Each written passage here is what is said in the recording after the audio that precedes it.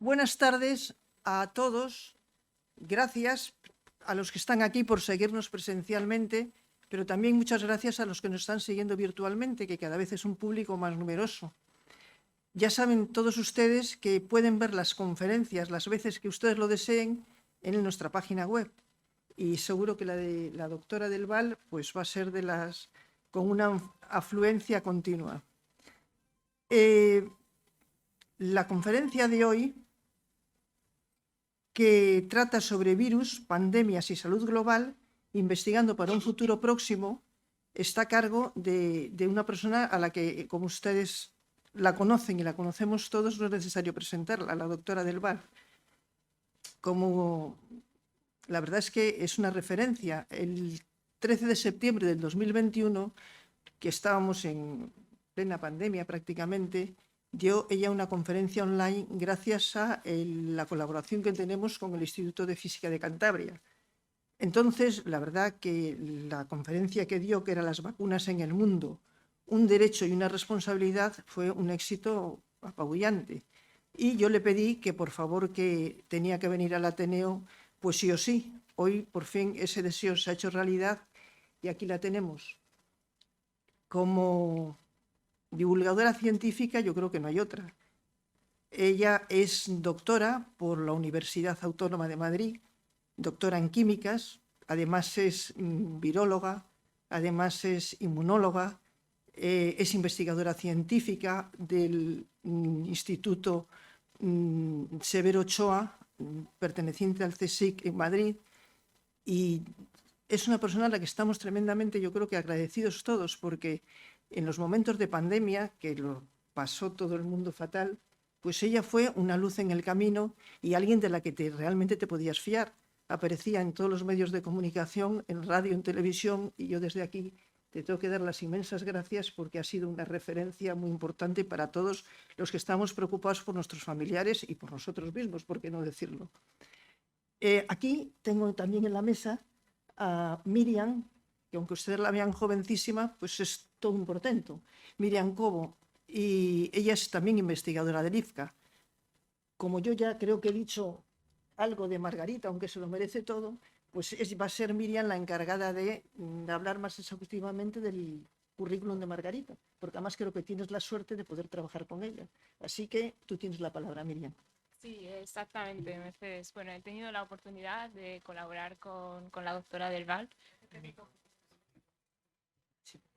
en el proyecto Branjas, que es un estudio multidisciplinar sobre el impacto de la COVID-19 en las personas mayores, en el cual he colaborado con Margarita y con su grupo. Y en este proyecto también participa el Centro de Biología Molecular Severo Ochoa, al que pertenece Margarita, y también está el Instituto de Física de Cantabria, junto con otros centros del CSIC, la Farmacia de Dalt y la Universidad Autónoma de Barcelona, ya que Margarita es la coordinadora de la plataforma temática interdisciplinar Salud Global del CSIC.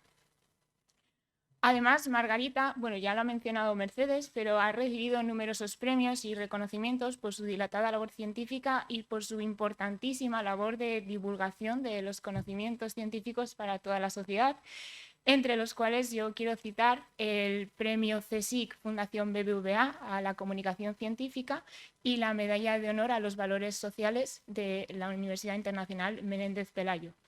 Con todo esto, bueno, es una gran suerte que Margarita esté hoy aquí con nosotros, por fin, después de que en 2020 pues, se viera un poco truncado por la pandemia y no pudiera estar aquí presencialmente. Y nada, yo con esto pues cedo la palabra a Margarita. Muchas gracias por estar aquí con nosotros. Y nada, su charla se titula Virus, pandemias y salud global, investigando para un futuro próximo. Muchísimas gracias. Por fin puedo estar aquí presencialmente, efectivamente. Las pantallas nos han salvado mucho porque hemos podido tener bastante contacto, pero no hay nada como la presencia física, claramente. Yo sé que aquí en Cantabria también han contado con el doctor Marcos López Hoyos, que también hemos estado bastante en contacto durante la pandemia, ¿verdad, Marcos?, del Hospital de Valdecilla, que también ha conocido y ha analizado mucho la pandemia, así que no han estado desprotegidos. Y bueno, les voy a contar un poco cómo es la actualidad ahora, dónde estamos y cómo estamos de preparados para el futuro, porque es importante que de estas experiencias tan traumáticas pues salgamos algo más enseñados, ¿no? Lo primero, saber dónde estamos, qué virus es esto. Para las personas que no están acostumbradas a trabajar con el virus, pues uno puede pensar que es un virus, es el peor virus que hemos tenido en la historia, es un virus complicadísimo, es un virus muy difícil, pero en realidad es un virus bastante sencillo y bastante normal. Lo que pasa es que ha tenido algunas condiciones que han hecho que se monte esta pandemia, que tenga este impacto tan tremendo sobre todo el planeta, sobre la sociedad y sobre la economía. Es un virus que no es ni muy contagioso ni muy mortífero. Aquí abajo muestro lo contagiosos que son, a lo mejor si tengo un puntero, lo contagiosos que son los virus.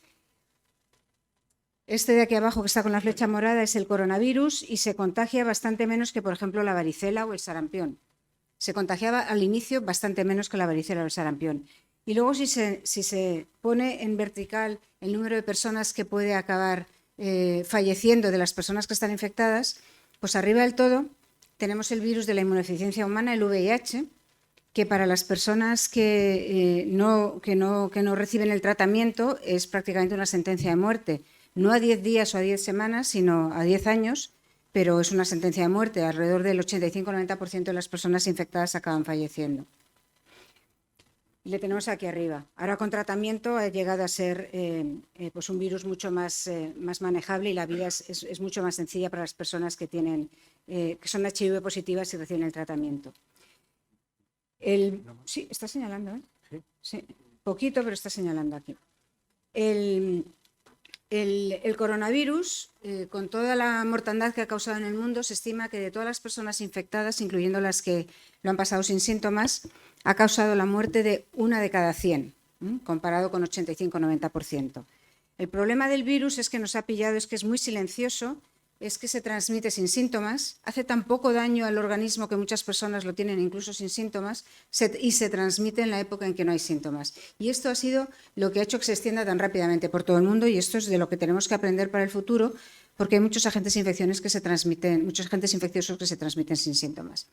Y el problema no es el enemigo, que es el virus, el problema no ha sido un enemigo muy particular, sino quizás nuestras defensas que no teníamos.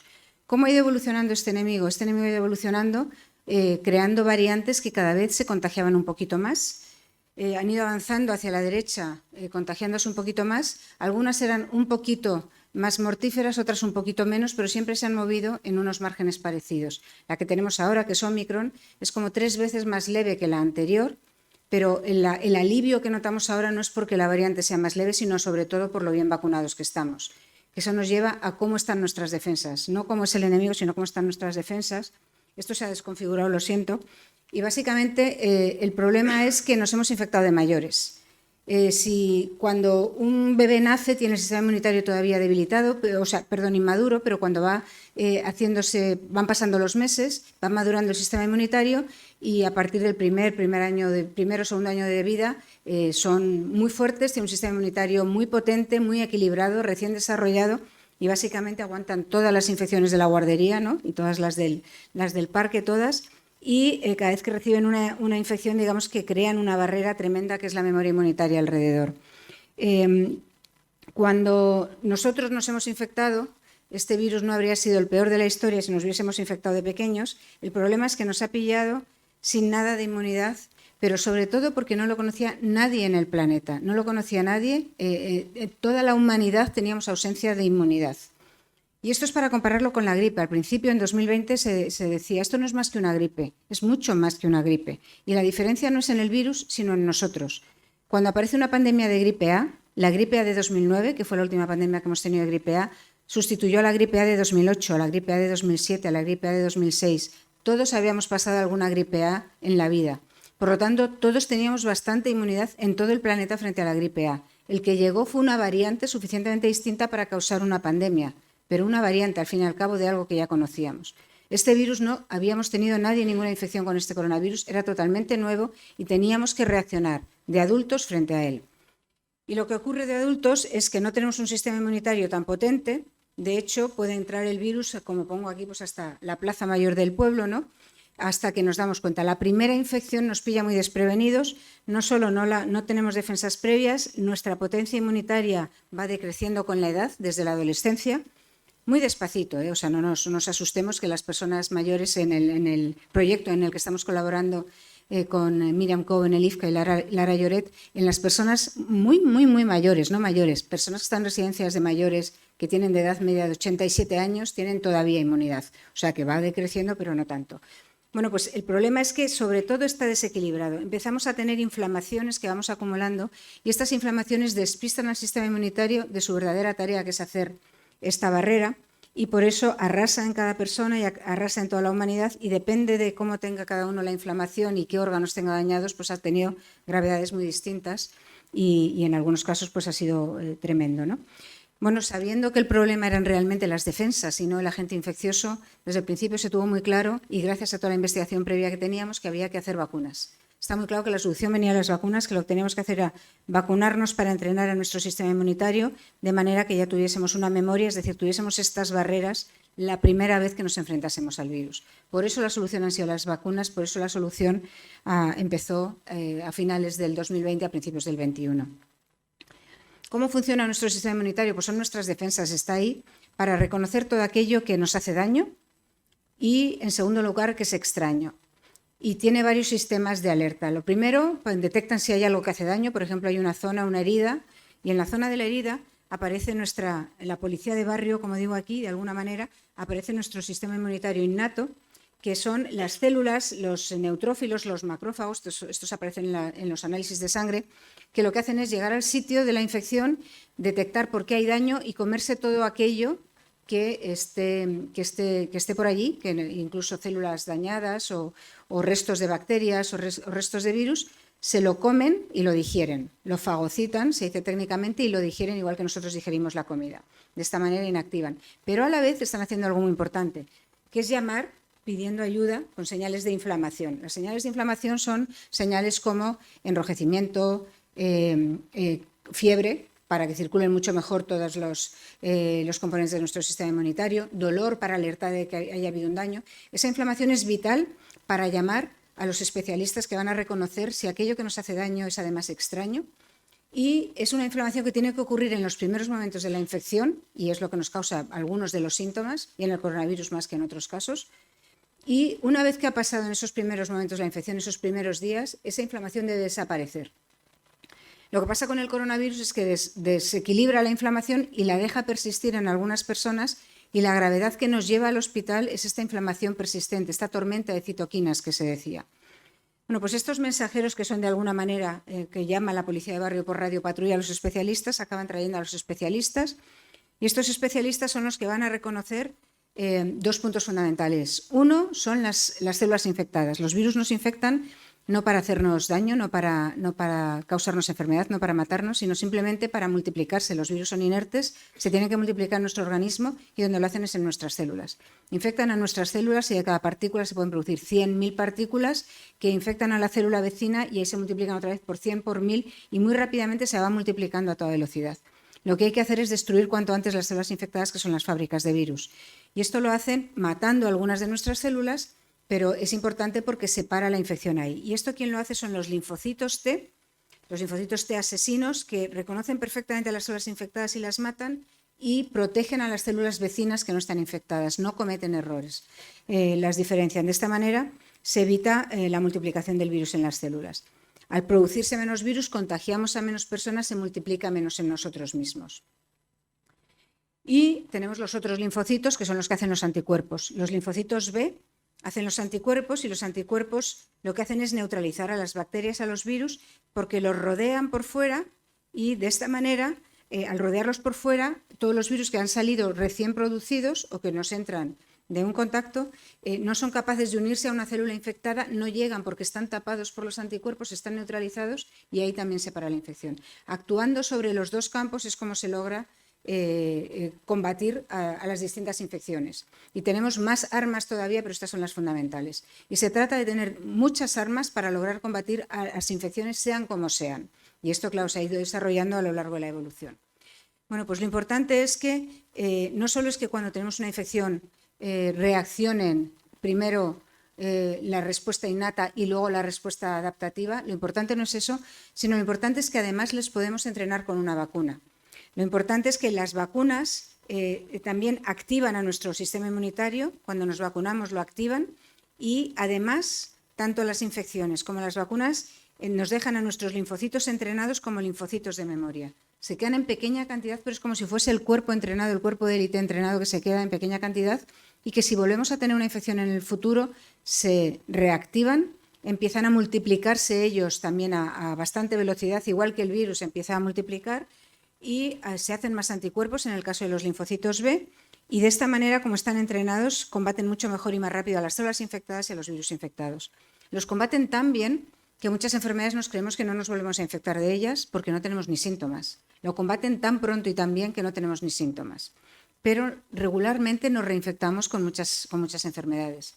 Regularmente nos reinfectamos con la varicela, que es una de esas que solo se pasa de pequeño. Bueno, pues regularmente nos reinfectamos. Lo que pasa es que cada vez que nos reinfectamos se controla tan bien la infección que no tenemos síntomas y nos refuerza cada vez la memoria inmunitaria.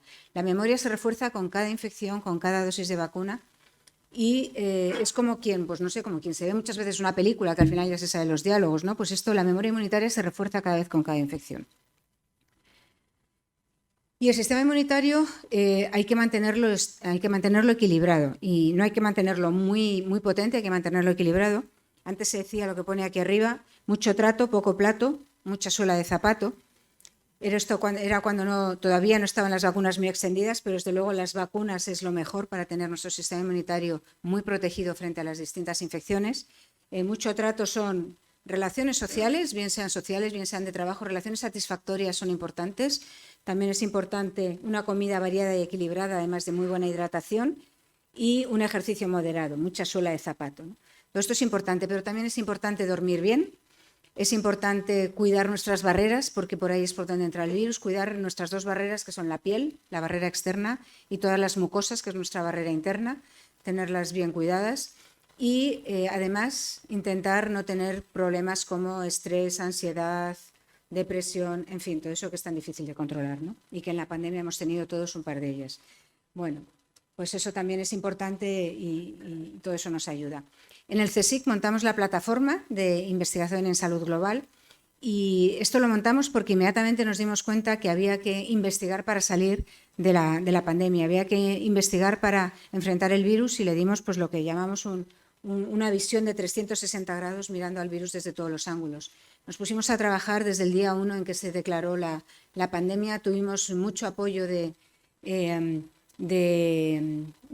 grandes empresas españolas que donaron y siguen donando dinero para la investigación y con eso pudimos despegar desde el principio haciendo investigación para conocer el origen, cómo prevenir el virus, cómo se transmite, cómo causa la enfermedad, sobre todo en los más vulnerables, cómo diagnosticarlo, cómo evitar que se quede en superficies o que se quede en el aire y luego, por supuesto, la parte de tratamiento, desde fármacos antiguos a nuevos fármacos, a alternativas terapéuticas y a buscar vacunas. Y, muy importante, hicimos una parte de tener también, desde los investigadores del CSIC de las ciencias sociales, estudiar el impacto sobre la sociedad, estudiar el impacto en las personas más vulnerables, en las capas de la sociedad más desfavorecidas, porque como toda emergencia, como toda crisis, esto ha aumentado la desigualdad. Desde el principio nos pensamos que era muy importante comunicar también los resultados de nuestra investigación y los resultados de la investigación mundial según íbamos conociendo cómo iba avanzando la pandemia, aunque nunca pensamos la dimensión que iba a tener la comunicación. Y bueno, ahora básicamente lo que hemos hecho ha sido no solo trabajar en investigación, sino volcarnos hacia empresas, hacia asesoramiento y hacia pues, informes técnicos para las administraciones públicas, formación, tuvimos un máster en pandemias, plataformas científicas e infraestructuras de bioseguridad y conexión con el sistema sanitario y el impacto social. Y desde luego una de las cosas que pensamos es que queríamos dejar un legado para el futuro y por eso desde el principio nos llamamos Plataforma de Salud Global, no era solo para el coronavirus, sino que íbamos para más adelante. Y una de las cosas que también con este enfoque 360 grados que no ha sido tan frecuente en otros grandes enfoques desde la investigación que se han hecho, ha sido el darnos cuenta de que es muy importante los avances científicos y tecnológicos, pero también es muy importante tener una sociedad que colabore, una sociedad responsable. Las soluciones desde la investigación y la tecnología primero nos dieron la esperanza de que se iban a poder hacer vacunas, luego las soluciones. Y la campaña de vacunación en España ha sido un éxito absoluto porque hemos sido en conjunto, como país, como sociedad, desde los más mayores a los más pequeños, pues muy maduros, muy sensatos, muy responsables. Ha habido mucha solidaridad intergeneraciones. Los jóvenes han sido, la verdad es que han tenido mucha paciencia porque han esperado que se vacunen los abuelos, los tíos abuelos, los padres, los tíos, todos, hasta que ellos se han vacunado y luego ya por fin se liberaron y volvieron a la normalidad antes que los demás. Hubo excepciones, pero en general han sido muy buenos. ¿Y cómo estamos ahora? Pues estamos con la variante Omicron, que no se habrán dado cuenta, pero lleva con nosotros más tiempo que ninguna otra variante. Tuvimos Alfa, Delta, Omicron. Omicron lleva con nosotros más de un año y eso es bueno que lleve tanto tiempo con nosotros porque es algo más leve que las anteriores y sobre todo porque estamos muy bien protegidos frente a ella. Además, como yo digo, más vale malo conocido que bueno por conocerlo. Conocemos muy bien nuestro sistema inmunitario. En muchas personas no solo estamos muy vacunados, sino que además ha habido muchas personas que con la avalancha de Omicron se han infectado y tienen esa inmunidad que se llama la inmunidad híbrida. Tienen una inmunidad muy potente, que es la que da las vacunas, y muy amplia, que es la que da la infección y es lo que nos protege frente a futuras variantes. Entonces, mientras sigamos con esta letra griega, con Omicron, estamos en una situación estable. Además, como digo, las vacunas nos siguen protegiendo muy bien. O sea, el impacto de las vacunas es 10 a 30 veces en protección comparado con la levedad de esta cepa, que es como 3 veces más, de esta variante, que es como 3 veces más leve. Sin embargo, ahora mismo tenemos una situación que no es tan buena y es que durante el invierno pues hemos estado ventilando mucho menos porque necesitamos ahorrar energía, porque está carísima, porque tenemos problemas de suministro. Bueno, pues al ventilar menos nos hemos expuesto de golpe este invierno por primera vez, después de un par de inviernos en que estábamos muy protegidos, a mucho más agentes infecciosos que entran por vía respiratoria, incluido el coronavirus. Y esto nos ha traído pues, bueno, más casos de gripe, más casos de virus respiratorio sincitial, etcétera. De manera que, bueno, un mensaje, no hay que olvidar que tenemos que seguir haciendo actividades al aire libre y cuidando la calidad del aire y luego volveré sobre ello. El objetivo es llevar una vida normal, pero darse cuenta de que ya sabemos identificar a las personas de mayor riesgo, ya sabemos cuáles son, personas que tienen un problema inmunitario potente, un problema de un trasplante de órgano que les ha salvado la vida, pero que tienen que tener una inmunosupresión de por vida para no rechazarlo, una quimioterapia muy agresiva frente a un cáncer, una inmunosupresión, o esas personas que son muy mayores, algunas de las residencias, que ya les va decayendo el sistema inmunitario. Entonces, a esas personas hay que protegerlas en particular de las situaciones de riesgo. También tienen que hacer una vida razonablemente normal, pero evitar las situaciones de riesgo. Tenemos de retos la calidad del aire, tenemos de retos recordar que tenemos antivirales y tenemos de retos entender cuáles son las secuelas de este virus. Tenemos antivirales y esto es importante recordarlo porque frente a otras muchas infecciones por virus, pues uno se va a casa y se aguanta los síntomas, se los va tratando los síntomas porque en general no tenemos antivirales. Hay antirretrovirales frente al retrovirus, que es el virus de la inmunodeficiencia humana. Hay antivirales frente a la hepatitis C. Hay antivirales frente al herpes labial, el aciclovir, pero hay pocos más. Entonces, cuando tenemos una infección respiratoria, en general, tratamos síntomas. Bueno, frente al coronavirus tenemos antivirales. Aquellas personas que estén vacunadas, pero sean de los grupos de riesgo, en los primeros días de la infección, que es cuando funcionan los antivirales, son pastillas. Hay que tomarlas 5 días, que vayan al médico en los primeros días, aunque no estén con síntomas leves o moderados, que vayan al médico para que el médico vea si son elegibles para esos antivirales. Eso es una recomendación a la que no estamos acostumbrados y ahora hay poco coronavirus, desde luego, pero que lo recuerden. Y luego las secuelas. Este virus es un virus razonablemente normal, como les he dicho al principio. Todas las infecciones tienen secuelas. Muchas infecciones tienen secuelas en una parte pequeña de la población. La varicela acaba causando décadas después el zóster, que es muy doloroso. El sarampión causaba, cuando teníamos sarampión en España, causaba en un pequeño porcentaje de la población unas encefalitis que eran mortales. La gripe en un pequeñísimo porcentaje de la población causa narcolepsia, que es que uno se queda de repente dormido y se cae al suelo estando de pie, ¿no? Bueno, pues esas cosas ocurren y hay infecciones que te dejan baldado durante varias semanas, por ejemplo la mononucleosis. O sea, esto ocurre, esto lo sabíamos. Lo que pasa es que con el coronavirus lo hemos visto infectándonos casi sincrónicamente toda la población del país. Y de repente nos hemos dado cuenta que esa fatiga después de pasarlo pues no era normal antes y que la tiene mucha gente a la vez, o esos problemas de concentración. Pero es algo que ocurre con muchas infecciones. Por eso las infecciones hay que exponerse razonablemente poco. No hay que vivir en un ambiente estéril ni con miedo, pero no buscar las situaciones de más riesgo. Si nos infectamos con menos cantidad de virus, mejor lo combatiremos. Bueno, ¿qué hemos aprendido de la pandemia? Pues hemos aprendido muchas cosas, y aquí pongo algunas que hemos aprendido. Hemos aprendido que esto no es un problema solo de salud, no es un problema solo sanitario, es un problema de toda la sociedad. Yo he contactado con muchos sectores de la sociedad y todos los sectores de la sociedad han hecho todo tipo de esfuerzos, de sacrificios, de soluciones creativas, de cooperación, de generosidad, de solidaridad. Ha habido muchísimo trabajo en todos los sectores y ha sido la colaboración entre todos lo que ha permitido que enfrentemos un tema tan grande como ha sido esto. Y eso tenemos que aprender. Nos especializamos mucho cada uno en nuestra protección, pero tenemos que aprender que de la colaboración es de donde salen las visiones que se apoyan unos a otros, y es muy importante darnos cuenta de que todas esas profesiones que son puente entre distintos campos son muy importantes, y los jóvenes probablemente saben que van a poder, que probablemente estén cambiando de profesión o que estén haciendo profesiones menos estancas de las que las hemos tenido nosotros. Bueno, hemos aprendido también que la primera fase más medieval de quedarnos con el confinamiento, quedarnos en casa, quedarnos en el barrio, quedarnos en la ciudad o en la comunidad autónoma es muy necesaria al principio, porque aquello estaba multiplicando los casos por 10. Si hubiésemos parado el país una semana antes, habría habido 10 veces menos casos, se multiplicaban por 10 cada semana, 10 veces menos muertos en la primera oleada de la pandemia. Es muchísimo menos, o sea, habría merecido la pena. ¿Qué pasa? Que una semana antes no nos lo creíamos. Si nos hubiesen dicho una semana antes que nos confinaban, no habríamos reaccionado como reaccionamos cuando nos confinaron hace justo 1 año y 1 día, ¿no? Bueno, y luego saber que, aunque hay una parte de sacrificio al principio, de estos retos tan tremendos se sabe con nuevas soluciones de ciencia y de tecnología, que hay que apoyarla, que hay que tenerla preparada, que no se improvisa, que esto hay que tenerlo de antes, y que estos son los retos a los que nos enfrentamos ahora. Como estamos muy comunicados en el planeta, son importantes, son muy fuertes. El calentamiento global, el problema de alimentación a toda la población del planeta, el problema de las crisis energéticas. Bueno, pues estos retos se sale con un poco de sacrificio y de cambio de las condiciones en las que estamos, pero también con tecnología. Entonces hay que darnos cuenta que eso lo necesitamos y apoyarlo. La investigación se percibe mucho mejor, y están ustedes aquí y son una muestra clara. Se percibe mejor por la población, se percibe mejor por los medios de comunicación.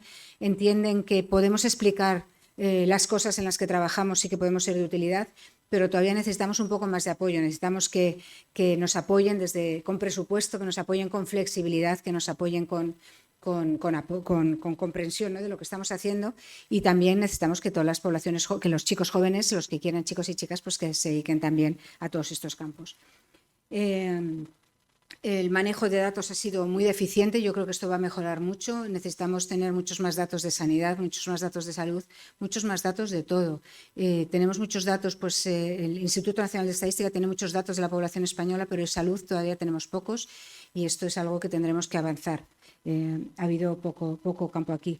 La campaña de vacunación ya lo he comentado antes, y luego el turismo. El turismo es, en las crisis que hemos tenido en el pasado, crisis económicas como también ha sido esta, es un motor habitual que nos permite recuperar el país, pero nos tenemos que dar cuenta que en el caso de las pandemias el turismo agrava las pandemias, las agrava porque hay más contacto entre personas distintas, porque hay más transporte y hay muchos más viajes. Y entonces lo que hay que hacer no es parar el turismo en absoluto, sino lo que hay que hacer es darle instrumentos para que los sitios de turismo sean más seguros y podamos confiar en ellos y vayamos mucho más tranquilos, ¿no?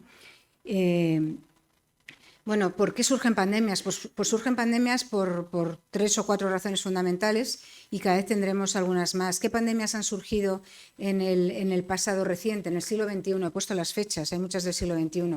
Pues algunas son como este coronavirus, un virus nuevo que surge desde algún animal probablemente y que salta al ser humano y que de repente pues arrasa toda la humanidad. Y estas han sido lo que se llaman las zoonosis, que vienen de los animales. El SIDA hace ya hace 40 años, y luego pues el coronavirus y su predecesor, el SARS anterior.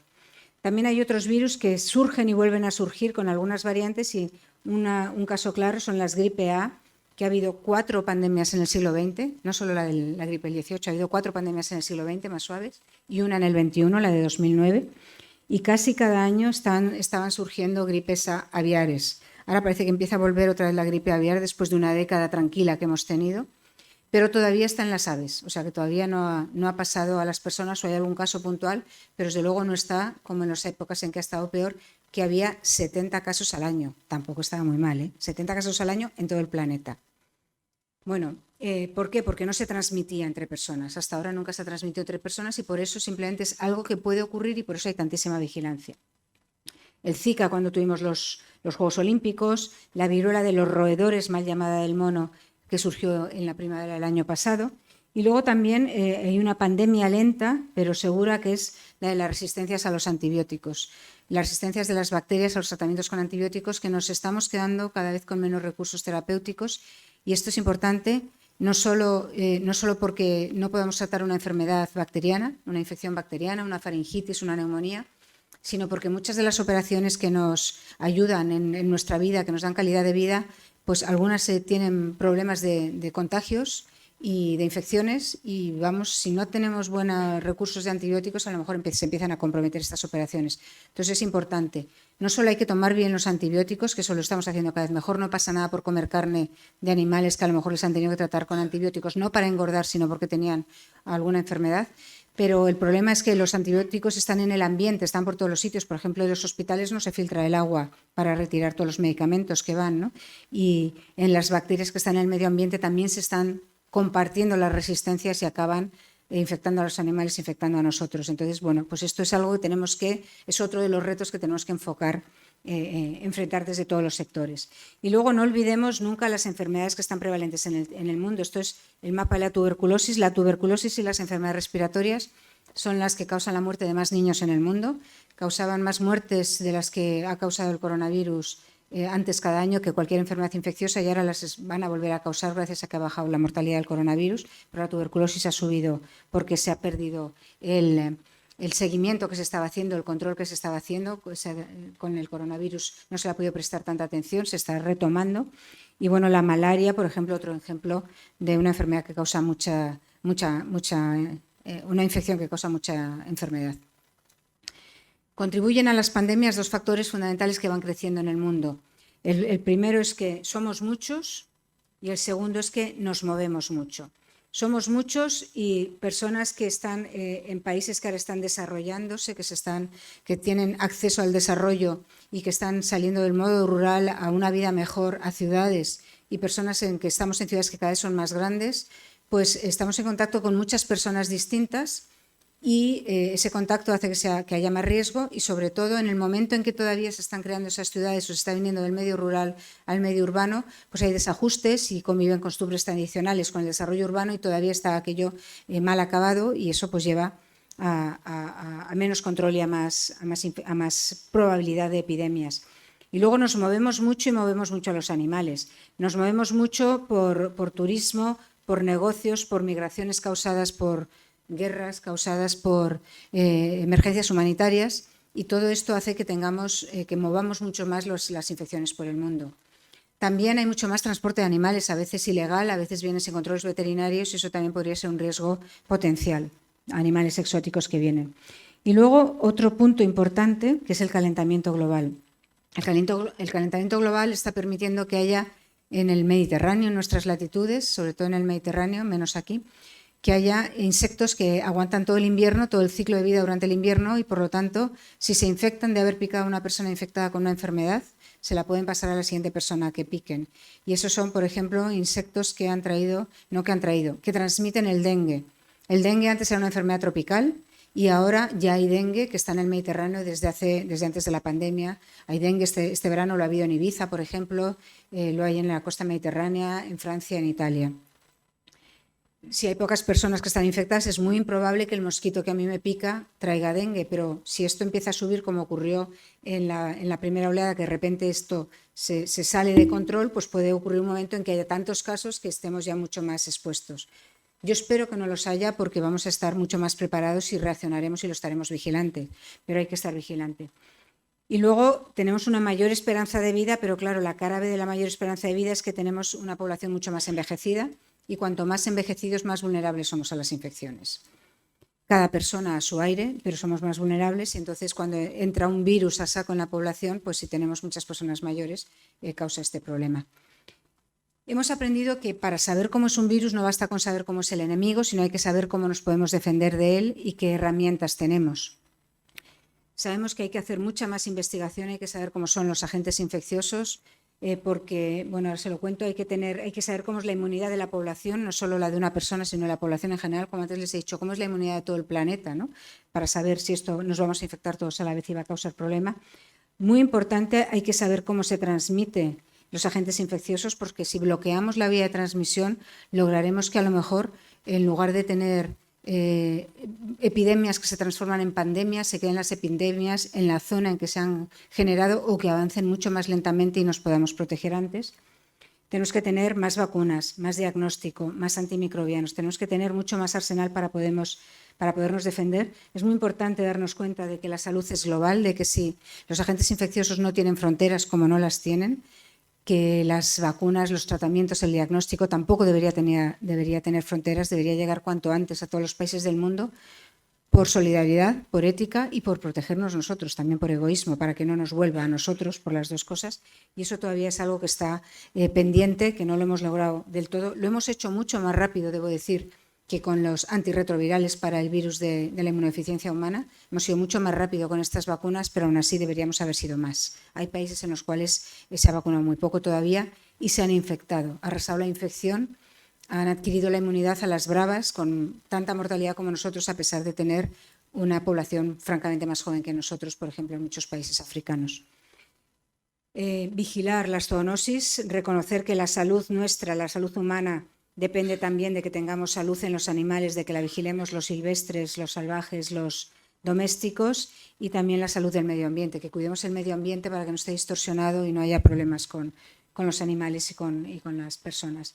Y tener mucha vigilancia genómica, quiere decir vigilancia de las variantes, vigilancia de lo que está ocurriendo, y como les digo, esto desde luego se está implementando y está mejorando. Antes prácticamente casi toda la vigilancia estaba concentrada en la gripe y ahora tenemos más vigilancia.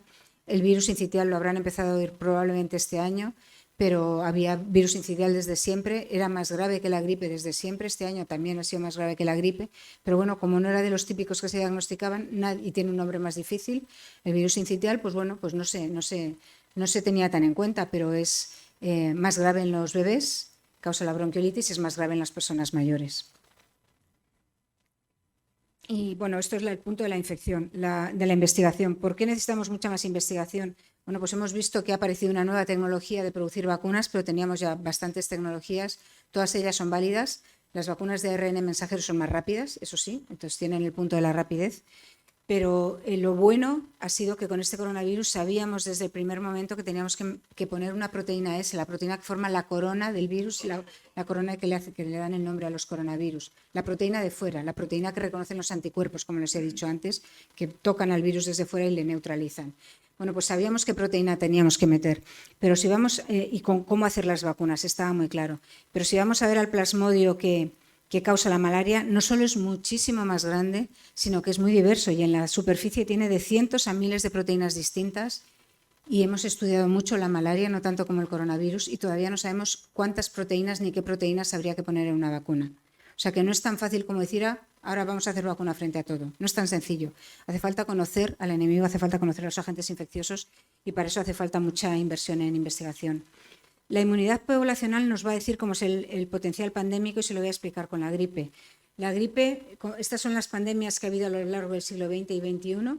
Bueno, cuando llega una pandemia de gripe A, tenemos inmunidad, que se llama la inmunidad celular frente a proteínas conservadas de la gripe A de años anteriores. Incluso los muy mayores, los que han vivido pandemias anteriores, pues tienen anticuerpos frente a las pandemias anteriores y están algo más protegidos. ¿Y quién sufre la pandemia? ¿Quién sufrió la pandemia de 2019? Pues fueron los más jóvenes. Fueron los colegios, los campamentos, las universidades los que tuvieron, y las chicas embarazadas, los que sufrieron más la gripe. Los mayores, hubo algunos, claro, también, pero no fue como esta epidemia de coronavirus. Y además, las oleadas de la pandemia se controlan solas. Se controlan solas porque las oleadas, el tamaño de la oleada lo da el volumen de población susceptible. Cuando la población susceptible es toda la española y llega el coronavirus, si no hubiésemos parado la oleada, nos habríamos infectado todos en cuestión de 6 meses y habría habido a lo mejor cientos de miles de fallecidos probablemente antes de llegar la vacuna. Cuando llega la gripe A, aunque no tengamos estas medidas de contención, la cantidad de personas que se pueden infectar es bastante limitado y las oleadas se controlan solas. La gripe A de 2009, la oleada fue en octubre-noviembre y para enero-febrero, que es la temporada típica de gripe, ya se habían infectado todos con la nueva gripe A de 2009 y ya no hubo gripe ese año, en enero-febrero. Y ya al año siguiente, la temporada 2010-2011, pues fue la típica gripe A del otoño-invierno. ¿Qué pasa con el coronavirus? Como le digo, nadie tenía nada de inmunidad, la sufren, cuanto más mayores la sufren más y además, como no pongamos confinamientos y medidas muy estrictas, no se controlan las oleadas, incluso tras varias oleadas puede quedar mucha población vulnerable por infectarse. Y si hay mucha población vulnerable por infectarse, que queda por infectarse, pues todavía hay como mucha leña para arder y las oleadas pueden ser grandes. Por eso se ha intentado desde el principio frenar la propagación por nosotros y por toda la sociedad. Y luego nos ha llegado otra epidemia en 2022, que fue la viruela de los roedores, la viruela del mono, pero es una viruela que tienen los roedores del centro de África y África occidental, y es lo que se llama la viruela del mono. Bueno, pues la viruela del mono es una de las viruelas. La viruela del mono es un virus es un virus distinto que la viruela humana, pero teníamos vacuna. La vacuna de la viruela humana, saben ustedes que es la vacuna de la viruela de la vaca, y de ahí viene la palabra vacuna, de la vaca, ¿no? Porque fue la primera vacuna que se desarrolló. Bueno, pues con la viruela de la vaca se protege de la viruela humana, se erradicó del planeta. Con la vacuna de la viruela de la vaca se protege también de la viruela del mono, y no solo eso, sino que los mayores que nos vacunamos hace muchos años, cuando éramos pequeños, tenemos todavía inmunidad que vale frente a la viruela del mono. Y vale tanto que incluso se ha medido 30 años después de dejar de vacunar a toda la población del planeta y todavía una protección de un 85%. Si recuerdan, los números de protección de las vacunas del coronavirus eran 85, 90, 95, eran de ese orden. Bueno, después de 30 años, las personas que se vacunaron hacía 30 años tenían todavía muy buena inmunidad frente a un virus distinto. O sea que la memoria inmunitaria funciona muy bien. ¿Qué tiene esto de bueno? Pues que nos hemos quitado de en medio a todos los mayores de 50 años, que fue cuando se paró de vacunar. Y esto a nivel de población es fantástico, a nivel de sufrimiento humano es fantástico, porque no tenemos ese riesgo que nos vamos a infectar. Y además, con esto vuelven a sufrirlo los jóvenes, porque los mayores estamos vacunados. Y la oleada se ha controlado. Ha habido una oleada que ha sido julio y agosto, y desde agosto no ha vuelto. Se ha controlado porque la población estaba muy madura, porque teníamos una vacuna y un antiviral que la Organización Mundial de la Salud había preparado por si acaso volvía la viruela humana, que se erradicó hace 40 y tantos años. Lo teníamos preparado por si acaso eso que no existía volvía. De manera que cuando ha vuelto algún virus semejante, hemos podido ofrecer la vacuna inmediatamente a los colectivos que estaban amenazados o que eran contacto de riesgo de personas infectadas. Estas personas, no ha habido que explicarle mucho lo que era una vacuna, lo han entendido perfectamente, que esto se puede prevenir con una vacuna, inmediatamente se han vacunado muy bien. Y además han tomado, ya sabían lo que era evitar durante un periodo exponer a otras personas o exponerse uno mismo, y entonces se ha controlado mucho. Además, bueno, claro, también es importante que tenemos un antiviral y se ha empleado para tratar a los casos más graves. O sea que cada pandemia realmente es distinta y hay que entender dónde estamos en cada situación, y por eso estamos algo más preparados, porque ahora ya no es no es nada más que una gripe. Tenemos mucha percepción más de que los agentes infecciosos son muy diversos y todo depende de cómo estemos nosotros de preparados. ¿Por dónde nos atacan los agentes infecciosos? Bueno, pues vienen por tierra, mar y aire, vienen por todos los lados, ¿no? Vienen por gotitas y aerosoles, que esto lo hemos reaprendido, porque lo sabíamos ya para la tuberculosis, pero lo hemos reaprendido con el coronavirus. Los que vienen por vía respiratoria, los aerosoles que permanecen en el aire en sitios, en interiores que están mal ventilados, son gotitas que no pesan nada y se quedan hasta que se acaban secando, y entonces el virus se inactiva, hasta que se acaban secando a lo mejor durante horas en el ambiente, y que pueden contactar a gente que está lejos. También tenemos transmisión por contacto más directo, por ejemplo por mala higiene, la hepatitis A, las diarreas o el herpes labial. Tenemos contacto por agua contaminada, como es el cólera, pero como aquí tenemos una agua potable magnífica, pues no conocemos el cólera más que casos concretos que los traigan viajeros. Y luego la vía más directa es cuando entran y se saltan las barreras los agentes infecciosos y entran directamente a la sangre, porque atraviesan la piel o atraviesan las mucosas, y estos suelen ser infecciones más rápidas. Puede ser bien por picaduras de insectos, o puede ser por heridas, por vía sexual, por transfusiones, por el parto. Y estas, pues bueno, también pueden traer infecciones importantes. ¿Cuáles son las que más nos preocupan? Pues las que menos controlamos, las de vía respiratoria y las que entran directamente a sangre. Entonces hay que estar muy atentos a nuevas epidemias que puedan venir de enfermedades respiratorias y a nuevas epidemias que puedan venir de transmisión por insectos, sobre todo, como les he dicho antes, porque ahora tenemos insectos que antes solo estaban en el trópico y que no teníamos nosotros. Hemos reaprendido la transmisión por los aerosoles, como les decía. Y esto es muy importante porque esto es una de las enseñanzas que tiene que quedar para el futuro. En el siglo XIX aprendimos de las epidemias de cólera que el cólera se podía transmitir por aguas contaminadas. Cuando en las ciudades todavía en desarrollo en el siglo XIX el agua potable ocasionalmente se encontraba con aguas residuales de personas que habían estado contagiosos, se causaban epidemias de cólera porque la gente bebía agua que estaba contaminada con el cólera. Cuando aquello se reconoció, pues se puso una solución, cloración del agua y el límite de agentes infecciosos. El agua tampoco es estéril, pero está limitado la cantidad de agentes infecciosos que puede tener. Lo mismo con el contacto y la higiene por las fiebres en partos y en operaciones cuando no se limpiaba, no se desinfectaba el instrumental, ¿no? Y eso, bueno, también hemos aprendido mucho con el lavado de manos y de instrumental. Y estas operaciones, sobre todo el agua potable, han bajado el número de infecciones de toda la población, sobre todo las infecciones infantiles que llevaban a una altísima mortalidad infantil, que llevaban a tener una esperanza de vida solo de 35 años a principios del siglo XX en España, y han subido mucho la esperanza de vida y ayudados por los antibióticos y las vacunas nos han puesto en donde estamos ahora, en 80 y pico años de esperanza de vida en España. Bueno, pues si esto ha pasado sabiendo la transmisión de los agentes infecciosos, no solo de uno, sino de varios, por el agua, ahora lo que tenemos que hacer es reconocer la transmisión por el aire y darnos cuenta de que tenemos que demandar y trabajar por un aire más limpio, que esté más libre de infecciones, pero probablemente más libre de contaminantes y de alérgenos. Es decir, un aire con el que estemos seguros de que el aire que estamos respirando es potable. La manera más sencilla de saber que el aire que estamos respirando es más limpio es medir cuánto de respirado está ese aire por otras personas. Cada vez que respiramos exhalamos CO2 y si medimos la cantidad de CO2 que hay en una habitación interior, sabremos, sin calcular el aforo, sabremos si está muy saturada esa habitación. No tenemos por qué saber si es grande o pequeña, pero la cantidad de CO2 nos está diciendo cómo de respirado está por otras personas, luego cómo de probable es que traiga algún agente infeccioso. No solo el coronavirus, sino cualquier otro por vía respiratoria. Si medimos el CO2, cuando nos damos cuenta de que pasa de los límites verdes y empieza a subir hacia los rojos, pues hay que ventilar, bien sea abriendo ventanas o renovando el aire con mecanismos de ventilación forzada, de aire climatizado. Si no es suficiente o no se puede ventilar, hay que emplear filtros SEPA, que son muy buenos. Hay filtros SEPA domésticos sin ningún problema. Para personas de riesgo, por ejemplo, se puede tener un filtro EPA en casa. Y estos filtros están continuamente filtrando el aire y retirando los agentes infecciosos. Estos filtros no filtran el CO2, sin embargo. Luego hay que aprender cómo se hace. Por lo tanto, tenemos que demandar que nos enseñen, tenemos que demandar que se regule y que se homologuen todo este tipo de medidas para tener un aire más limpio.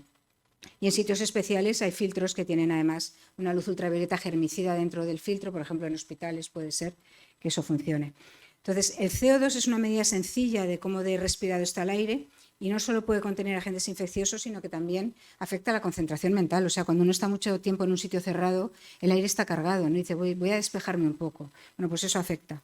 Entonces nos tenemos que dar cuenta que controlar el CO2 no solo va a ser importante para controlar el coronavirus, ahora que ya parece que la pandemia está aflojando mientras siga Omicron.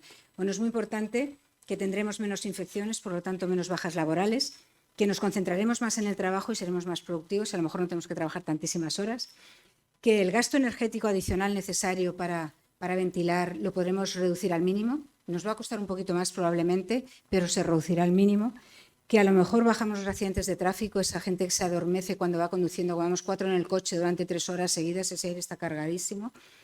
Y si se proporcionan este tipo de medidas para controlar el CO2, para ventilar, si se homologa, si se regula, si se apoya desde las administraciones, el ocio y el turismo serán mucho más seguros. Sabremos que podremos ir a un sitio en el cual no tendremos que filtrar el agua que bebemos, no tendremos que filtrar el aire que respiramos cada uno con nuestra mascarilla, ¿no? Bueno, pues eso es importante. Y esto no solo nos va a evitar otros virus y bacterias además del coronavirus, sino que es que las epidemias, como les decía al principio, si se transmite mucho más lentamente por el aire, aunque yo venga infectada de no sé qué país, que me traiga una enfermedad nueva por un agente infeccioso absolutamente nuevo, que no conocemos, que es capaz de causar una pandemia, si el aire en el sitio, cuando yo vuelvo aquí a mi ciudad, si el aire está continuamente filtrado, me va a ser muy difícil contagiar a muchas personas. Me va a ser muy difícil que eso se contagie a suficientes personas como para causar un problema de salud, un problema del sistema sanitario, un problema de la sociedad, un problema de la economía. Entonces, esto atenuará las epidemias, a lo mejor se quedan en epidemias en sitios localizados en lugar de llegar a ser pandemias que llegan a todo el mundo. Eso es muy importante y, por supuesto, además del sufrimiento personal, bajará el gasto sanitario. Hay cosas que ya hacemos muy bien, pero nos quedan todavía asignaturas pendientes. Hacemos muy bien lo de hacer muchas actividades al aire libre, no lo olviden para los años venideros. Es importante hacerlas, son mucho más sanas, pero bueno, nos queda todo esto que hemos comentado. Necesitamos ingenieros, arquitectos, no solo gente que sepa de agentes infecciosos, necesitamos expertos en energía, en el sector del transporte, incluso el urbanismo. Y recuerden, hemos pasado de golpe de estar en condiciones de mucha protección el invierno pasado a que no estamos ventilando y por eso ha habido más incidencia de infecciones respiratorias, pero son las de toda la vida. Ni tenemos el sistema inmunitario debilitado por haber estado 2 años con mascarilla, ni los virus de la gripe son más graves que los de otros años, simplemente se han infectado más personas. Bueno, aquí pone, necesitamos vacunas. Necesitamos vacunas porque estamos rodeados de agentes infecciosos, como les he dicho, y ya sabemos que las vacunas son medicamentos. Y que sean medicamentos quiere decir, lo primero de todo, que son seguras. Si las vacunas no son seguras, las vacunas no se comercializan. Las vacunas tienen que ser seguras. Las vacunas son el medicamento más seguro que existe, en el que se exigen más requisitos de seguridad y que se hace una vigilancia cuando están en la población más que de cualquier otro medicamento, por 2 razones. Una, porque cuando se empezaron a preparar vacunas de manera importante, que fue a mediados del siglo pasado, del siglo XX, se empleaban para bebés y los bebés son lo más precioso que tenemos, ¿no? Entonces queríamos los medicamentos más seguros para ellos. Y segundo, porque se emplean en personas sanas, sean bebés o sean adultos, es en personas sanas. Entonces ahí no aguantas algo que tenga efectos adversos, como si lo aguantarías si tienes un cáncer terminal, ¿no? Todos lo haríamos. Bueno, pues si son seguras y si además son eficaces, son las mejores vacunas. Son medicamentos, tienen o producen componentes de un microorganismo. Las vacunas de RNA mensajero son vacunas tan clásicas como las otras que tenemos, o tienen o producen componentes de microorganismos, lo que son las vacunas de toda la vida. Nos estimulan la memoria inmunitaria y nos protegen en general si nos vacunamos antes de las enfermedades infecciosas. Pero a las vacunas siempre se les ha pedido lo mismo, no se les ha pedido rizar el rizo como los hemos pedido en esta pandemia. A las vacunas se les ha pedido que nos protejan de lo importante. Una enfermedad infecciosa puede desde causar una infección sin síntomas, como causa este coronavirus en la mayor parte de la población, hasta síntomas graves o muerte, o incluso puede llegar a contagiarse a otras personas y acabar enfermando personas cercanas a nosotros.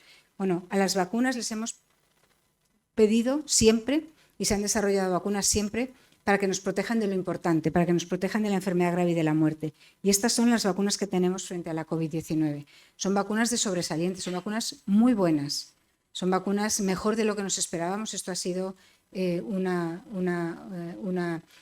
nos esperábamos vacunas que pudiesen tener algún tipo de problemas, que no fuesen tan eficaces. La tercera vacuna basada en ARN mensajero, por cierto, tenemos la de Pfizer y la de Moderna. La tercera vacuna que se produjo también a partir de la investigación en Alemania y que se hizo también a toda velocidad, que se hicieron fábricas, dosis y ensayos clínicos antes de saber si iban a funcionar. Esa vacuna falló totalmente.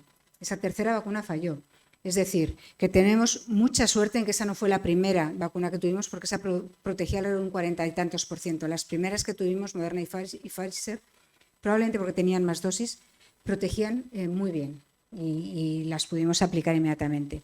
Entonces son vacunas muy buenas, pero no protegen ni de la infección sin síntomas y por lo tanto las personas vacunadas podemos contagiar a otras personas. Pero esto siempre ha sido así, en muchas vacunas. Hay pocas vacunas de las que usamos en los bebés y de las que usamos para los adultos que protejan de todo. Hay algunas que sí. ¿Cuál protege de todo? Por ejemplo, la de la viruela. La de la viruela protegía de todo y por eso se pudo ir arrinconando el virus y erradicarlo del planeta y por eso se pudo dejar de vacunar hace 40 y pico años. Nos gustaría tener vacunas de este estilo, vacunas que protejan de todo, vacunas que protejan de la infección y también del contagio, que protejan de que nosotros seamos contagiosos si estamos vacunados, porque esas no serían vacunas que protejan solo a la persona vacunada, serían vacunas que protegerían a la población, protegerían a la sociedad. Y entonces tenemos que seguir investigando en vacunas porque necesitamos ese tipo de vacunas que son las que llamamos vacunas esterilizantes. Y eso sería, bueno, ya la matrícula de honor de estas vacunas. Hay que recordar que las vacunas no son infalibles, hay personas que no tienen un sistema inmunitario que se deje entrenar, hay personas en las cuales, como les he dicho antes, trasplantados o con una profunda inmunodepresión, pero eso nos lo pueden decir nuestros médicos, nuestros inmunólogos, ¿verdad, Marcos? Y esas personas, aunque estén vacunadas, pueden tener una enfermedad grave. Y por eso es importante recordar que para ellos tenemos los antivirales. Tenemos un complemento a las vacunas que son los antivirales. ¿Y cómo estamos de preparados? ¿Qué hemos aprendido? Pues hemos aprendido mucho. Hemos aprendido tanto que cuando han llegado nuevas amenazas las hemos enfrentado mucho mejor que la primera. Les voy a recordar que cuando llegó el coronavirus decíamos, están locos los chinos, ¿qué están haciendo allí? Bueno, pues toda esa zona del sudeste asiático han tenido amenazas de epidemias de gripe aviar, brotes de gripe aviar casi todos los años y estaban muy entrenados y por eso reaccionaron tan perfectamente. Pero la otra zona del mundo que ha reaccionado muy bien, mucho mejor que Europa, ha sido África Central y Occidental. Tenía muy reciente la epidemia de ébola de hace unos años y reaccionaron teniendo muchos más expertos antes de que hubiese el primer caso en África de los que teníamos, yo creo que en toda Europa. Desde luego muchos más que los que teníamos en España.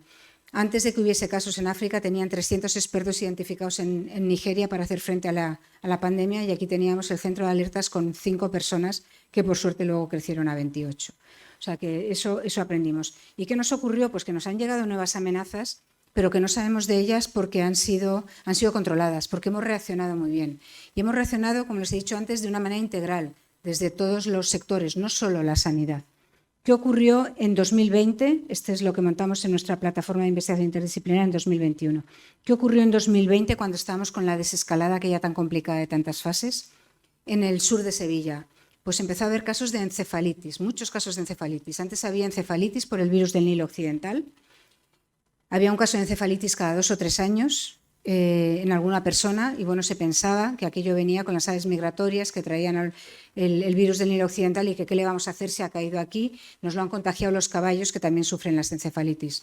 Bueno, pues en 2020, la primera de 2020, según estábamos saliendo en la desescalada, empezó a haber estos casos de encefalitis, casi 100 casos de encefalitis que llegaron a los hospitales, alrededor de 9 o 10 muertos por encefalitis. La gente de las ciudades del sur de Sevilla, los pueblos del sur de Sevilla, empezó a decir, no aguanto otra pandemia más, esto no lo aguanto, se empezaron a ir de allí. Y entonces, bueno, se empezó a ver qué estaba pasando allí. Los investigadores del CSIC, del parque de la Estación Biológica de Doñana, que conocen a las aves migratorias, a las aves que están todo el año en Doñana, que conocen a las especies de mosquitos, que saben los hábitos de las especies de mosquitos. Esos investigadores fueron vitales para controlar esta enfermedad humana. ¿Por qué?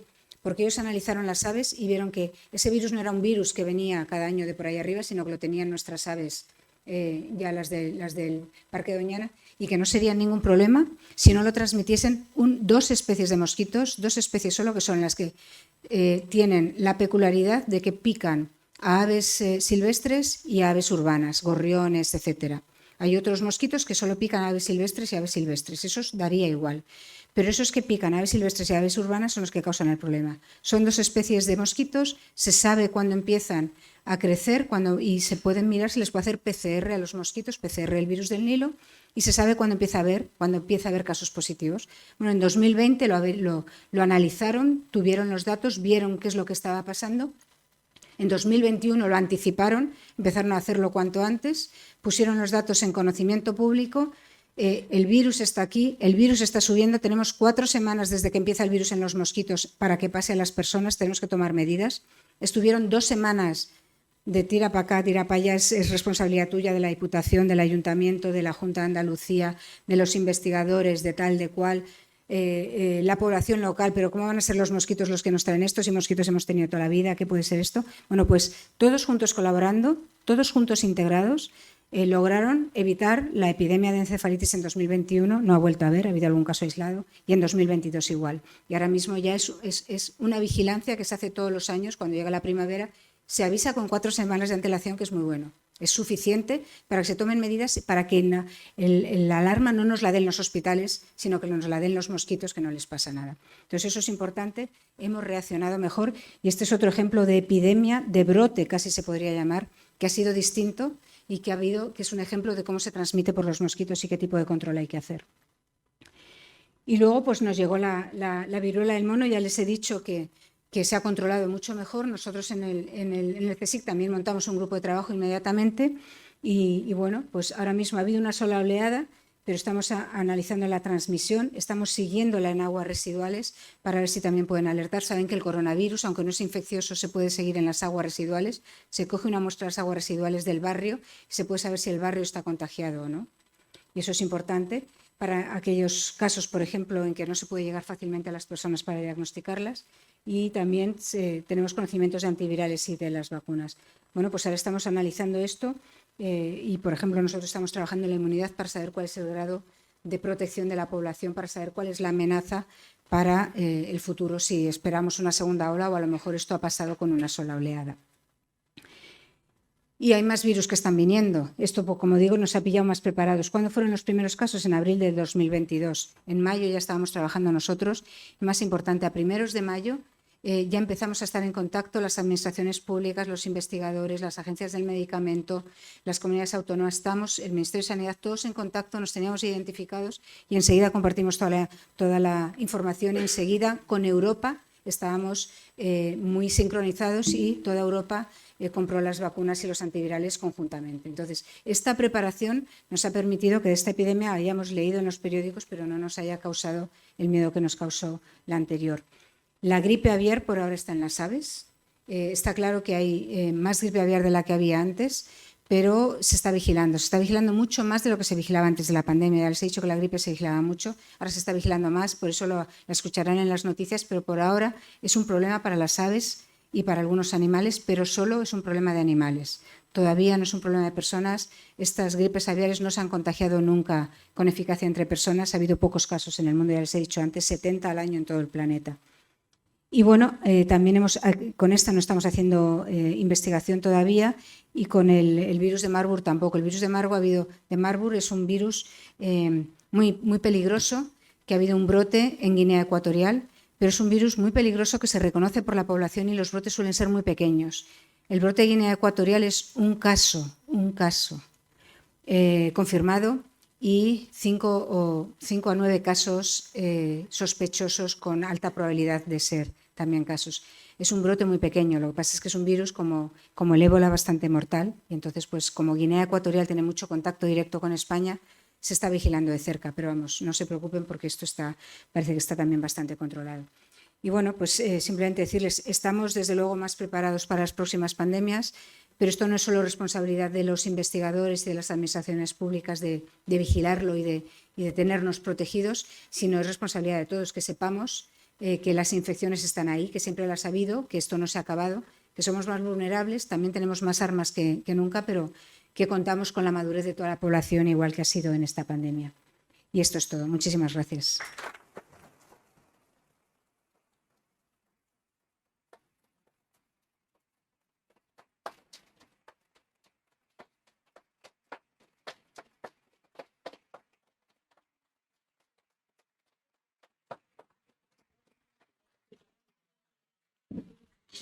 Doctora Del Val, pues enhorabuena por su conferencia y me parece que usted no se libra, si lo tiene a bien, de estar por lo menos una vez al año en el Ateneo de Santander.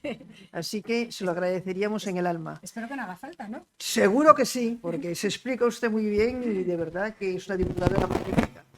Y ahora, como siempre, pues ustedes tienen la palabra en el Ateneo de Santander, así que prepárese. Está encendido.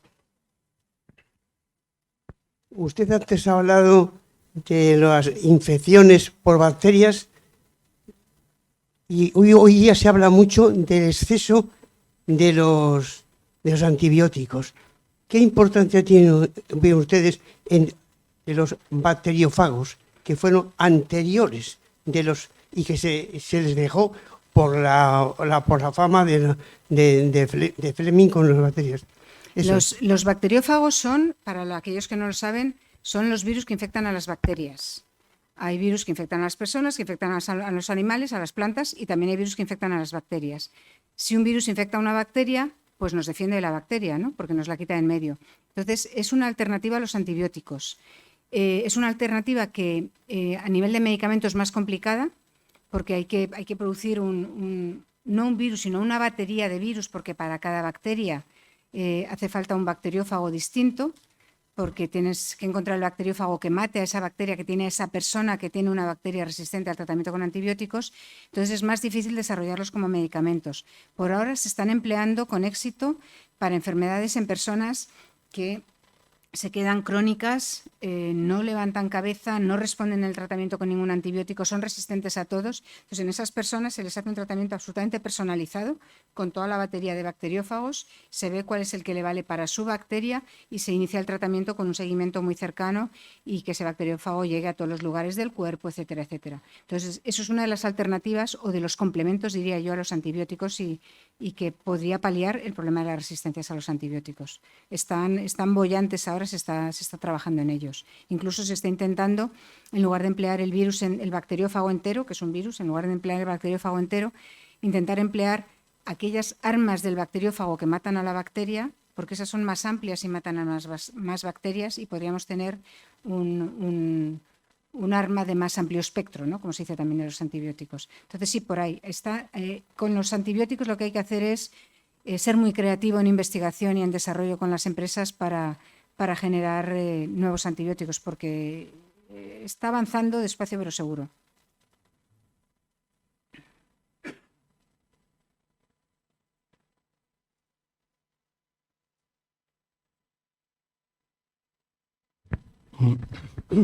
Muchas gracias por la extraordinaria conferencia que hemos oído. Gracias. Gracias a Margarita, por supuesto, y a quien corresponda por habernos proporcionado este lujo de escuchar a semejante persona. Quería preguntar cómo está en este momento la vacuna que de alguna forma o de muchas formas estuvimos tan ilusionados y tan a la expectativa de la vacuna que se estaba haciendo en nuestro país por el profesor de Juanes, que ha sido de ella, con aquellas, sí, siendo te cuento. además distinta al resto de las vacunas. Bueno, todas las vacunas son algo distintas. Cada vacuna tiene sus ventajas y sus desventajas.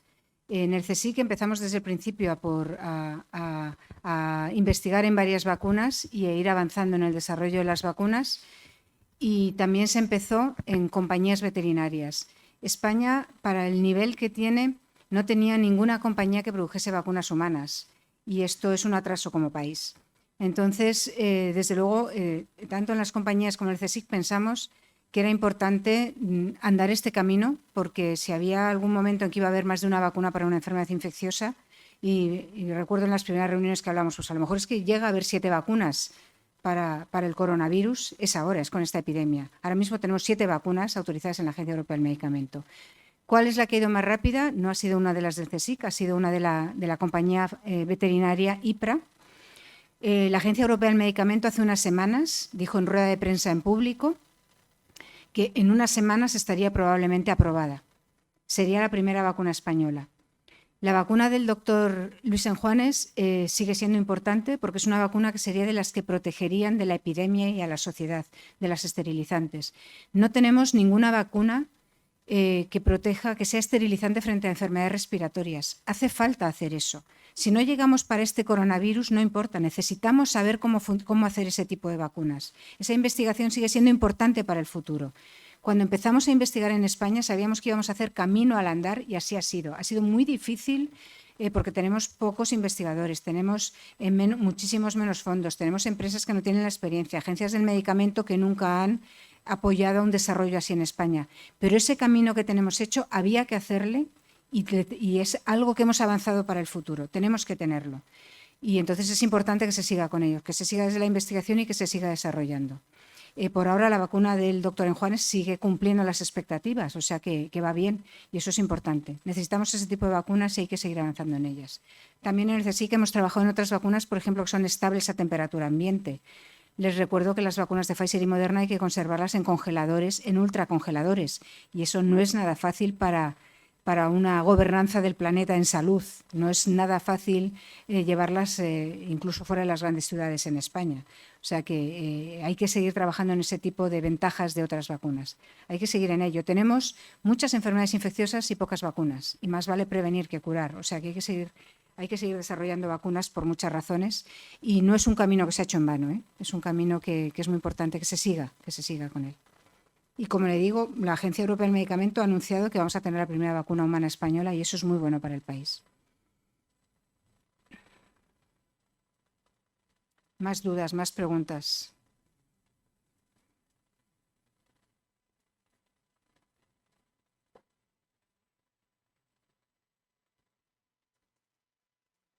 A ver, decían que íbamos a tener que vacunarnos todos los años del coronavirus como de la gripe.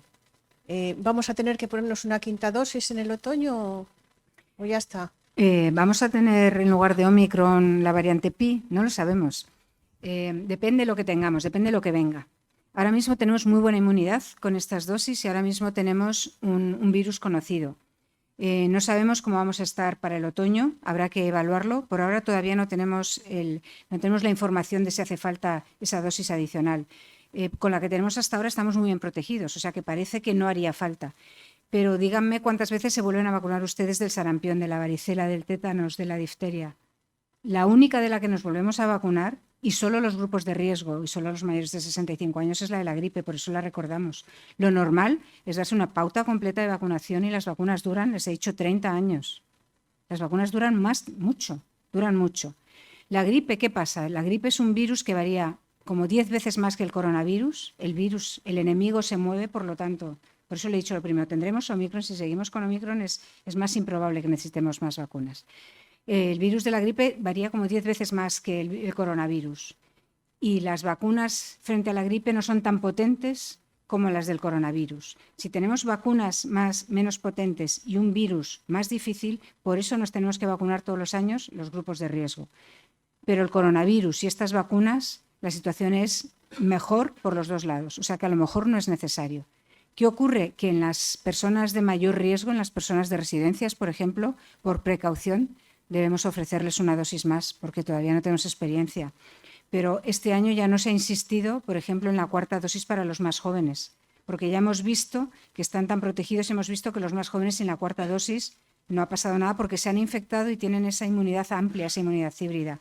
Iremos avanzando con precaución y probablemente vayamos teniendo que vacunarnos menos. Pero depende las sorpresas que todavía nos dé este virus.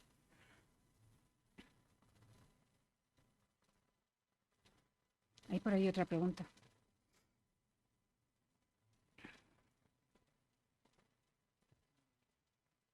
Mi pregunta trata sobre la gráfica de virus de antes, la que pusiste, que era de mortalidad, de infección, que, bueno, que ya sé que es de virus, pero ¿por dónde estarían de mortalidad los cánceres más letales, los peores? Pues me pillas en un campo que no conozco del todo. Bueno. Más alto, lo que pasa es que infectan a menos población. Y la otra es... Más alta del 1%, sí. sí. Pero no tan alta como el virus de la inmunodeficiencia humana. La otra es, ¿cuáles eran los virus que estaban a la derecha del sarampión?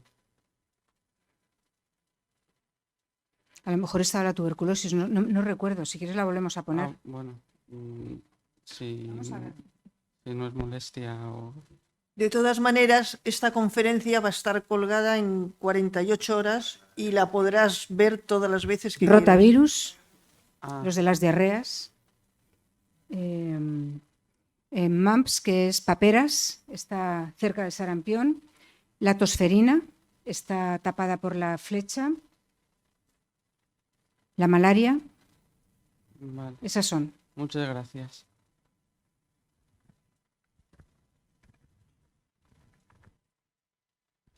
Bueno, Buenas tardes, felicitarla por su conferencia, sobre todo, y por la importancia que tiene en la investigación, la divulgación, porque yo creo que es lo que hace el reconocimiento social y lo que puede hacer que se produzca también un incremento en la dotación de recursos. Y quería preguntarle, en la situación actual ahora mismo en España, con una amplia difusión de la variante Omicron, en el que pues, entre las vacunas y las infecciones que se han producido hay una alta cobertura, ¿qué opina sobre la vacunación en los niños cuando llegan a la edad de 5 años, que es la edad actualmente en la que están aprobadas las vacunas, mientras tengamos esta variante? Pues ahora mismo los niños también se habrán infectado bastante. Por eso. O sea, los niños entran dentro de los jóvenes.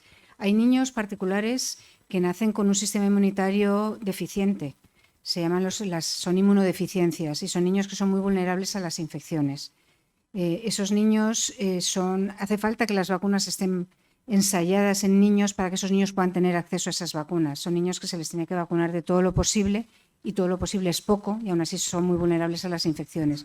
Entonces, para esos niños claramente tiene que estar, y esas enfermedades se manifiestan muy temprano, porque los niños empiezan a enfrentarse por primera vez a todas sus infecciones, pasan las infecciones, etcétera, curan en general, salen muy fuertes, los padres las sufrimos más, ¿no? Pero los niños que tienen inmunodeficiencia se enfrentan a todas las infecciones y tienen un problema.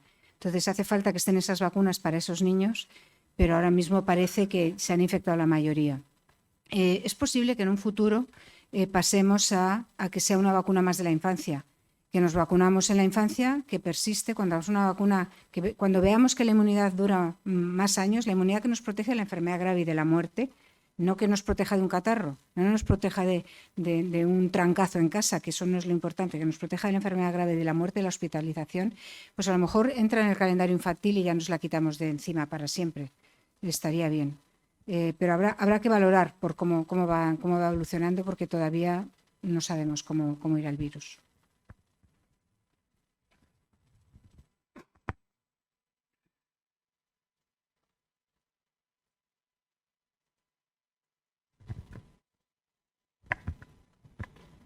Bueno, agradecerle su sistema de divulgación, que la hemos oído ya desde los comienzos y creo que ha sido muy favorable para todos, sobre todo en aquellas etapas, digamos, de tanta incertidumbre. Mi pregunta sale un poco de lo que es, digamos, el sistema de vacunación.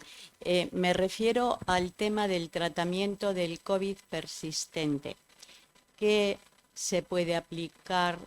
¿Puede ser viable retrovirales o qué se puede hacer en esos casos? Vale. Bueno, lo primero, decirle que yo he sido una cara visible, pero detrás de mí tenía todos estos 144 grupos de investigación y teníamos discusiones, debates, preguntas, de todo continuamente. O sea que gracias al apoyo, le recibo las gracias por haberlo divulgado y por haber contado. Por mí, por mis compañeros, ¿no? Que se dice, porque estábamos todos intentando analizar la pandemia, todos los investigadores como locos, y no solo en la plataforma de salud global, sino, como digo, aquí con Cantabria yo también teníamos línea directa, ¿verdad? Hemos compartido mucho la información, los análisis, las dudas, y por eso hemos podido intentar explicar lo más posible de lo que se iba avanzando. Las vacunas... ¿Cuál era la pregunta exacta? Un momentín. El COVID persistente. El COVID persistente, sí, precisamente. Justo ahora acaba de salir en las últimas semanas, o hace un par de semanas máximo, las primeras publicaciones en las cuales se analiza si las vacunas protegen cuando se emplean antes del COVID persistente. Es decir, si uno se ha vacunado y después es cuando se infecta y puede o no desarrollar el COVID persistente. ¿Por qué se ha tardado tanto en saber? Pues porque son síntomas muy vagos y muy diversos.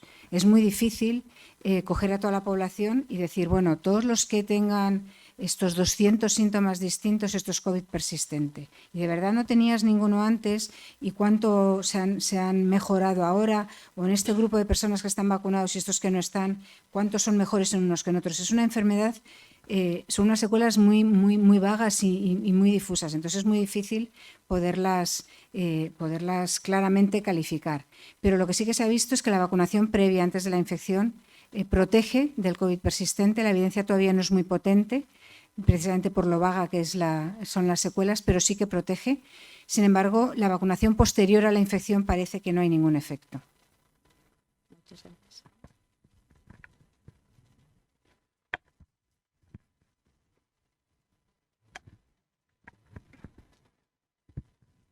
Buenas tardes. Sí, ¿está bien?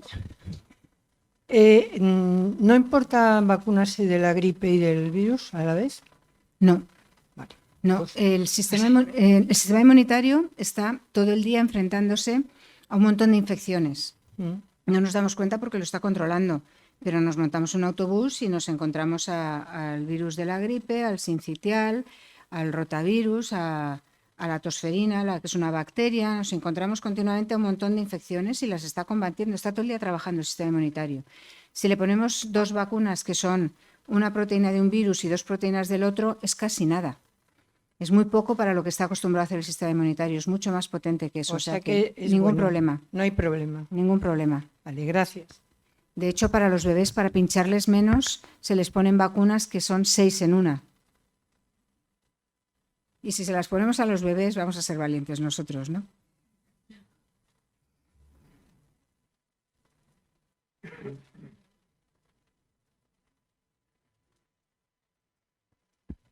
Gracias. Hola, muy buenas noches. Encantada de haberte escuchado y pues me gustaría saber el porqué de que en algunos casos en los que una persona pues se infecta de el COVID, pues sus síntomas, algunos de ellos se vuelven crónicos durante un tiempo. O sea, como que en algunos casos perduran más los síntomas, como que tardan más en irse, y me gustaría saber el porqué, si hay algún porqué de ello. Pues a nosotros también nos gustaría saberlo. No lo sabemos. No lo sabemos. No está nada claro. Ya te digo que es difuso, son síntomas que son difusos, pueden ser muy incapacitantes de la vida. O sea, por ejemplo, estos problemas en concentrarse te dificultan estudiar, por ejemplo, te dificultan trabajar, y no sabemos en qué personas son más propensas a tenerlos. No está nada claro todavía y sí que nos gustaría saberlo. Pero ya digo que hay otros agentes infecciosos que también tienen secuelas. Es en una pequeña proporción de la población, alrededor de un 5% o así de la población tiene esos síntomas que le duran más tiempo o que le duran incluso meses, pero no sabemos quiénes son. Entonces, ya nos gustaría saberlo, sí. Bueno, la última pregunta. ¿Alguien? O ya no hay más preguntas. La 2. última. Bueno, han sido sincrónicos. La última. Simultáneos. Bueno, buenas noches, gracias por la charla. A mí me ha llamado la atención en esta pandemia, al principio los tratamientos hospitalarios se encontraban con esa enfermedad nueva, esa tormenta de citoquinas que era difícil de tratar, que causaba mucha mortalidad, y parece que se ha centrado todo en la vacunación y muy poco en los tratamientos, o han avanzado muy poco. Ahora has hablado que hay antivirales que están funcionando, los córticos masivos que se utilizaban parece que también funcionaron. ¿Cómo está el tratamiento clínico de la enfermedad grave y si ha mejorado con respecto al principio de la pandemia? Y te voy a hablar un poco de los medicamentos, pero de la clínica yo sé menos. Está claro que el conocer la enfermedad ayudó. De la primera oleada a la segunda oleada, todos los médicos decían, ahora ya sabemos con lo que nos estamos enfrentando y sabemos manejarlo mejor. Pero claramente el tratamiento de la inflamación potente, de la tormenta de citoquinas, funciona con antiinflamatorios muy potentes, muy específicos, combinados, algunos de ellos combinados y con los corticosteroides, y se han ido aprobando con la indicación de la COVID-19 algunos de estos medicamentos que antes se empleaban para otras enfermedades, porque son muy específicos de las citoquinas que persisten en la COVID-19 en los hospitales, ¿no? En las personas que llegan al hospital. Y luego sí que se ha trabajado en los antivirales, se ha trabajado bastante. ¿Qué ocurre? Que cuando hay un agente infeccioso pequeño, es más fácil identificar la proteína que tiene en la superficie y preparar una vacuna que buscarle el talón de Aquiles, porque es tan chiquitín que tiene pocos talones de Aquiles, entonces cuesta más hacer antivirales. Para una bacteria, que es mucho más grande, Es más difícil encontrar qué proteína única poner en la vacuna, pero es más fácil encontrar dianas diversas frente a las que puedan ir los antibióticos. Entonces, tradicionalmente hemos tenido antibióticos para las bacterias y menos vacunas, y más vacunas para los virus y menos antivirales. Pero se han hecho varios antivirales frente a este coronavirus. Varios de ellos han sido medicamentos que son anticuerpos monoclonales, se llaman anticuerpos específicos frente a la proteína del virus. Y estos anticuerpos se han aprobado como medicamentos, funcionaban muy bien hasta que llegó Omicron. Con Omicron dejaron de funcionar totalmente, porque Omicron cambió tanto su aspecto externo, el aspecto externo de la proteína S, que esos anticuerpos dejaron de funcionar. Y realmente el antiviral que nos queda es el que son las pastillas de Paxlovid. Ese es el que funciona mejor de todos. Y ese también parece que tiene un efecto, por cierto, en prevenir las secuelas, la persistencia de los síntomas después. Sí que se ha hecho trabajo y lo que pasa es que con Omicron nos ha dejado colgados, ¿no? Pero la Agencia Europea del Medicamento está pidiendo que haya más investigación, intentando encontrar nuevos anticuerpos que vayan hacia zonas más conservadas y que el virus sea menos capaz de variar, para que, aunque aparezca otra variante, puedan seguir sirviendo de antivirales. Esos anticuerpos monoclonales también funcionan sobre todo en los primeros días, que es cuando el virus se está multiplicando y cuando uno todavía tiene los síntomas leves y moderados. Ahí es importante hacerlos. Ahí es donde también funcionan. Eran inyectables, son un poco menos prácticos, pero era una sola inyección, no era cada día como son las pastillas. Pero vamos, son muy pocos días, o sea, es menos que un antibiótico incluso. Hola, buenas noches. Antes has hablado sobre las vacunas y yo me preguntaba si es posible que se saque una vacuna después de haberla probado y estar cerciorados de que funciona y que a nivel mundial, a nivel general, falle, que no consiga cumplir lo que se desea. Que no consiga proteger. Exacto. Sí, puede ocurrir. De hecho, cuando se hacen los ensayos clínicos, se hacen con unos miles de personas y son miles de personas que están muy controladas y que se les va siguiendo en todo momento. Pero cuando se empieza a vacunar a la población, inmediatamente se lanza la farmacovigilancia, que se llama, y es que se va a mirar la seguridad de las vacunas, si hay efectos adversos en las personas que se vacunan y la efectividad real en la población. Y eso se empieza a hacer. Y se empieza a hacer porque, ¿qué ocurre? Pues que hay personas que se ponen solo una dosis en lugar de 2 o de 3. Hay personas que les pinchan mal. Hay personas que estaban muy enfermas el día que se fueron a vacunar y la vacuna no les prende. Hay personas que responden poco y tal. Entonces, hay veces que una vacuna que en los ensayos clínicos es muy potente, vas a la población y dices, caramba, parecía un 85% en los ensayos clínicos y en la población solo es un 65%. Puede ocurrir por todas esas circunstancias. O puede ocurrir incluso lo que me contaba antes una pediatra, que se conserve mal. Si se conserva mal, tiene que estar refrigerada o tiene que estar congelada y se conserva mal, puede ser que una de las dosis no te la pongan bien, por ejemplo, no esté en buen estado. Y eso se vigila también mucho, pero de vez en cuando ocurre eso. Bueno, pues por eso se busca ese seguimiento después de que está en el mercado. No es la empiezo a vender y ya me da igual. Se busca ese seguimiento. Si se tienen otras vacunas mejores que esa, que no es tan eficaz, pues se pueden complementar con la otra o sustituir por la otra. Si es la única que se tiene, se sigue con esa, porque un 60 y tantos % es mejor que nada, siempre, ¿no? Pero sí que puede ocurrir. ¿Sabes otras vacunas, otra razón por la que fallan las vacunas en los bebés? Fallan las vacunas en bebés que en zonas con muy poca calidad sanitaria, que tienen muchas diarreas, por ejemplo, que están enfermos y hay vacunas que no prenden nada bien o que tienen una infección por algún parásito, no prenden nada bien y entonces, pues bueno, la protección no es tan buena. Hay que saberlo. Por eso es importante que también se hagan ensayos clínicos en África. Es importante que se hagan ensayos clínicos en todos los países y se les ha pedido a las compañías que hiciesen ensayos clínicos en varios países, precisamente porque somos distintos, porque vivimos en distintas circunstancias y es importante saber la protección en todos los sitios. Bueno, pues... Pero, perdón, han aguantado muy bien estas. La efectividad ha sido sorprendentemente muy parecida a la de los ensayos clínicos. Estamos encantados. Pues muchísimas gracias, doctora Del Val, por esta magnífica conferencia que, como usted, tiene afluencia de todo tipo de edades, lo cual es muy difícil. Muchas gracias, Miriam, y esperamos también tenerte a ti pronto. La doctora Del Val está comprometida todos los años y a todos ustedes por estar, por acompañarnos, tanto los que nos han seguido presencialmente como los que nos están viendo virtualmente. Así que ya saben que les esperamos todos los días en el Ateneo de Santander. Gracias. Gracias.